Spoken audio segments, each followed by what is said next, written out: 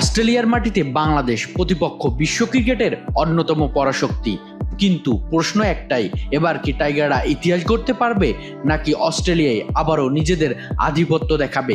চলুন দেখি head to head record, দুই দলের শক্তি দুর্বলতা এবং ম্যাচ প্রেডিকশন।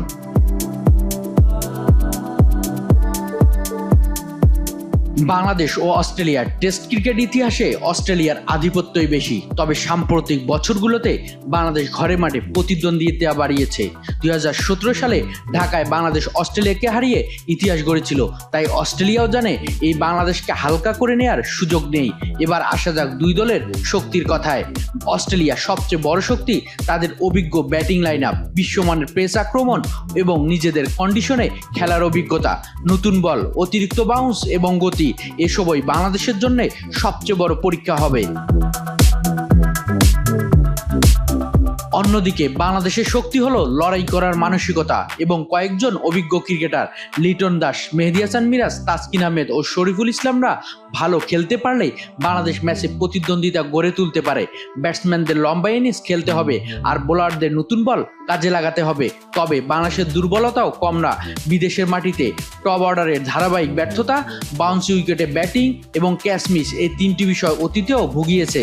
যদি এই ভুলগুলো আবারও হয় তবে ম্যাচে ফিরে আসাটা অনেকটা চ্যালেঞ্জিং হবে। অস্ট্রেলিয়ার জন্য কিছু সতর্কতার জায়গা রয়েছে। বাংলাদেশ যদি শুরুতে উইকেট তুলে নিতে পারে, প্রথম ইনিংসে 300-র বেশি রান করতে পারে, তাহলে ম্যাচের চাপ অস্ট্রেলিয়ার উপরও তৈরি হতে পারে। কাগজে কলমে অবশ্যই অস্ট্রেলিয়া ফেভারিট। নিজেদের কন্ডিশন, শক্তিশালী স্কোয়াড এবং অভিজ্ঞতার কারণে তাদের জয়ের সম্ভাবনাই বেশি। তবে ক্রিকেট অনিশ্চয়তার খেলা।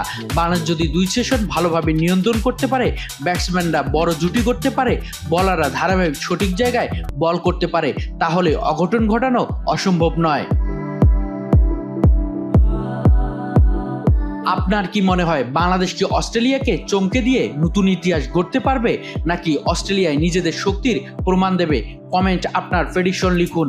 আর এমন তথ্যভিত্তিক ক্রিকেট বিশ্লেষণ পেতে ভিডিওটি লাইক করুন, বন্ধুদের সঙ্গে শেয়ার করুন এবং চ্যানেলটি সাবস্ক্রাইব করতে ভুলবেন না।